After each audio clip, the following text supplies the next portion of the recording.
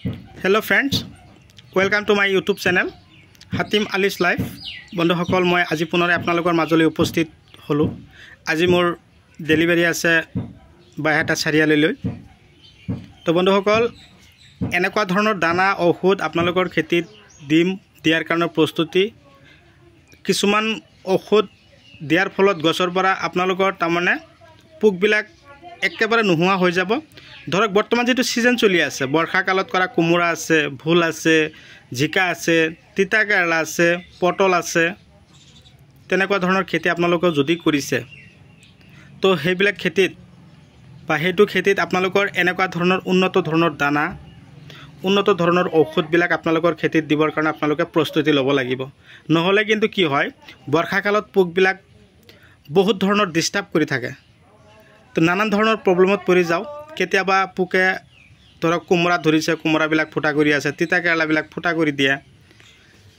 সেইকাৰণে মই আজি এই প্ৰশান্ত ডেকা দাদালৈ আজি মই এই দানা ঔষধ আৰু এই চাওক মতা পটলৰ শিপাখিনি মই পঠিয়াই আছোঁ। তো দাদা যোৱাকালি পইচা মাৰিলে, তো আজি এইবিলাক দিবৰ কাৰণে মই প্ৰস্তুতি লৈছোঁ। তো আপোনালোকৰ যদি তেনেকুৱা দানা ঔষধ লাগা হৈছে বা প্ৰয়োজন হৈছে তেনেহলে মোক আপোনালোকে ততাতৈকৈ যোগাযোগ কৰক। ডেসক্ৰিপচনত তাৰপিছত থাম্বনেইলত নাম্বাৰ অলৰেডি মই লগাই থৈছোঁ। আপোনালোকে তাৰ পৰা নাম্বাৰ সংগ্ৰহ কৰক। সংগ্ৰহ কৰি কিনে আপোনালোকে যদি পাৰে ফোন এটা মাৰি দিব। যেনেকুৱা ধৰণৰ খেতিয়ে হোক, আপোনালোকৰ খেতিৰ বিধান লাগে, দানা লাগে, ঔষধ লাগে, আপোনালোকে কেৱল মোক ফোন এটা মাৰিব। মই আপোনালোকক যোগান ধৰিবৰ কাৰণে প্ৰস্তুতি লৈছোঁ। বিশেষকৈ আপাৰ আসামলৈ মই সপ্তাহত 5 দিন 7 দিন এসপ্তাহ মই পঠিয়াই আছোঁ। ডেইলি এটা দুটাকৈ ডেলিভাৰী পঠিয়াই আছোঁ মই। কিন্তু কথা হ'ল বন্ধুসকল, মই এটাই আশা কৰোঁ কি আপোনালোকৰ খেতি বাতি যাতে ভাল হয়, তাৰ কাৰণে ধৰক ইনসেক্টিসাইড এইটো দাহাত আপোনালোকে নিশ্চয় চাব পাৰিছে। দাহাত, এই দাহাতৰ কাম হ'ল কি, উৰণীয়া বগামাছি, তাৰপিছত সৰু সৰু পোকবিলাক থাকে, বৰলবিলাকে ফুটা কৰি থাকে, একেলগে 4-5টা পোকৰ কাম কৰে এইটো দাহাতে। সেইকাৰণে মই ভিডিঅ'ৰ মাজত আপোনালোকক কৈ থাকোঁ আপোনালোকৰ খেতিত দাহাত স্প্ৰে কৰক। তাৰ লগতে আৰু এটা ঔষধ আছে, এইটোক ডাষ্টাৰ্ড বুলি কওঁ।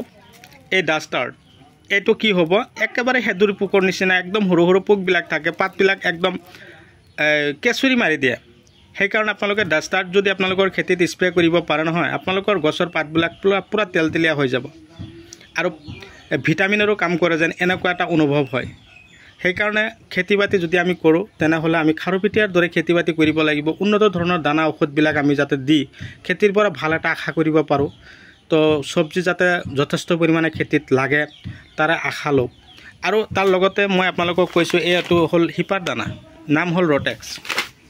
চাওক গছৰ নাইট্ৰজেন, ছালফাৰ, ফছফৰাছ এইবিলাকৰ কাম কৰিব। শিপা যদি গছৰ ঠিক নহয় তেনেহ'লে কিন্তু গছৰ গ্ৰোথ কম হ'ব, গছৰ ফলন কম হ'ব, গছৰ আগবিলাক কমকৈ ওলাব।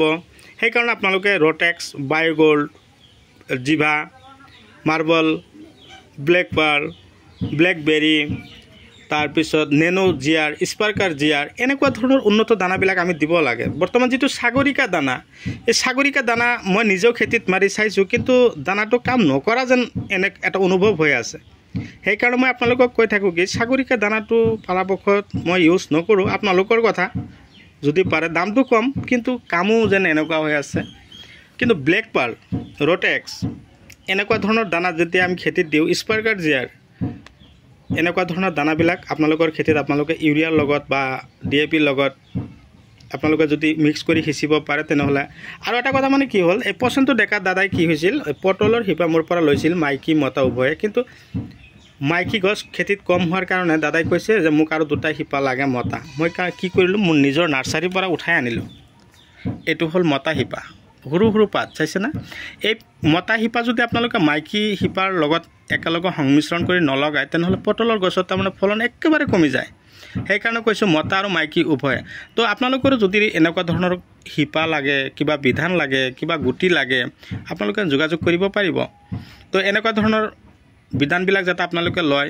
বিশেষকৈ মই কিন্তু আপাৰ আসামলৈ বহুত বিধান পঠিয়াইছোঁ পটলৰ শিপা। এই বছৰত মই কমেও 300ৰ ওপৰত পঠিয়াইছোঁ কাষ্টমাৰলৈ। 300ৰ ওপৰত কাষ্টমাৰলৈ মই পঠিয়াইছোঁ পটলৰ শিপা, জিকাৰ গুটি, তিতা কেৰেলাৰ গুটি, কেৰেলাৰ গুটি, ভোল, এ টু জেড বেঙেনাৰ গুটি, এইবিলাক গুটি মই আপোনালোকক যোগান ধৰিব পাৰিম। কেৱল আপোনালোকে কি কৰিব, মোৰ লগত আপোনালোকে ফোনত যোগাযোগ কৰিব, কমেণ্ট কৰিব। যদি নাম্বাৰ লাগে, আপোনালোকৰ তাত নাম্বাৰ নাই, মই আপোনালোকক কমেণ্ট কৰি নাম্বাৰটো দি দিম। তো আপোনালোকে এনেধৰণৰ নাম্বাৰবিলাক সংগ্ৰহ কৰি আপোনালোকে যদি এনেকুৱা ধৰণৰ ঔষধ, দানা, তাৰপিছত ভিটামিন যদি প্ৰয়োজন হয়। আৰু এটা কথা হ'ল, বৰ্তমান যিটো ছিজন চলি আছে বৰ্ষাকাল, এইটো সময়ত কিন্তু খেতি বাতি ধৰক আজি বৰষুণ হৈছে, কালি ৰ'দ মাৰিছে, সেইকাৰণে কি হয়, গছৰ পাতবিলাক গুৰিয়েদি ফাংগিচাইড পায়। তাৰ কাৰণে আপুনি লক্ষণ দি স্প্ৰে কৰিব পাৰিব। ভিটামিন আছে ৰজুতা, তাৰপিছত চাই পাৱাৰ প্লাছ, এনেকুৱা ধৰণৰ উন্নত ভিটামিনবিলাক যদি আপোনালোকৰ খেতিত আপোনালোকে দিব পাৰে নহয়, তেনেহ'লে গছৰ অট'মেটিকেলি ফলনবিলাক বাঢ়ি যায়। ধৰক খেতি কষ্ট কৰি কৰোঁ আমি, খেতিত যদি আমি সময়মতে খাদ্য যোগান ধৰিব নোৱাৰোঁ নহয়, তেনেহ'লে কিন্তু খেতিও আমাক নেদে। প্ৰথমতে আমি টকা খৰচ কৰিব লাগিব, তাৰপিছতহে আমাক খেতিয়ে কি কৰিব, খেতিৰ পৰা আমাক যথেষ্ট ফলন দিব। তেতিয়া আমাৰ কি হয়, খেতিৰ পৰা পইচা আহৰণ কৰা ভাল এটা দিশ আমাৰ ওলাই আহে। তো বন্ধুসকল, ভিডিঅ' কোন ঠাইৰ পৰা চাই আছে কমেণ্ট কৰি জনাবচোন। আৰু মোৰ ভিডিঅ'টো যিমান পাৰে আপোনালোকে শ্বেয়াৰ কৰিব। আজি মোৰ ধৰক এতিয়া আছে আগবেলিয়ে আছে বাইহাটা চাৰিআলি, প্ৰশান্ত ডেকা দাদালৈ পঠিয়াই আছোঁ। কিন্তু 2 ঘণ্টামান পিছত আকৌ এইবিলাক ঔষধ দানাবিলাক আনি মই কি কৰিব লাগিব, ৰেডি কৰিব লাগিব। মানে মই আজি ধেমাজি পঠিয়াব লাগিব। দাদাই পইচা অলৰেডি পঠিয়াইছে, যোৱাকালি সন্ধিয়াত পঠিয়াই দিলে। তো এইবিলাক আগতে মই গাড়ীত উঠাই দি থৈ তাৰপিছত মই এইটো ডেলিভাৰী কৰিবলৈ যাম। মই পূজা কাউণ্টাৰলৈ, খাৰুপেটীয়ালৈ যাম, সেই কাউণ্টাৰত দি থৈ আহিম। তো আপোনালোকৰো যদি প্ৰয়োজন হৈছে মই আপোনালোককো দি পঠিয়াব পাৰিম। আপোনালোকৰ কোনো টেনশ্যন নাই, আপোনালোকে বিন্দাছ খেতি কৰক। মই আপোনালোকক এ টু জেড, আপোনালোকে যেতিয়াই মোক ফোন মাৰিব তেতিয়াই মোক আপোনালোকে লগ কৰিব পাৰিব। তো বন্ধুসকল, ভিডিঅ' চাই যদি ভাল পাইছে, আপোনালোকৰ মূল্যৱান আঙুলিৰ এটা লাইক দি দিব। তো এটা শ্বেয়াৰৰ কাৰণে চাওক, আপোনালোকেও খেতি কৰিছে, আপোনালোকৰ সম্পৰ্কিত যিবিলাক দাদা বাইদেউসকল, এখেতেও যাতে আমি একেলগে হাতে হাত মিলাই যাতে খেতি বাতি কৰিব পাৰোঁ।